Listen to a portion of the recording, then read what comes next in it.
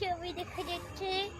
Guys guys গিট্টুর dhaba মারতে হবে guys. ঠিক আছে পরে মারবানে বাড়ি থেকে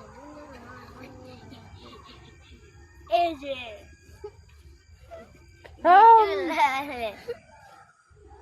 হ্যাঁ ও দেখে পুলিশ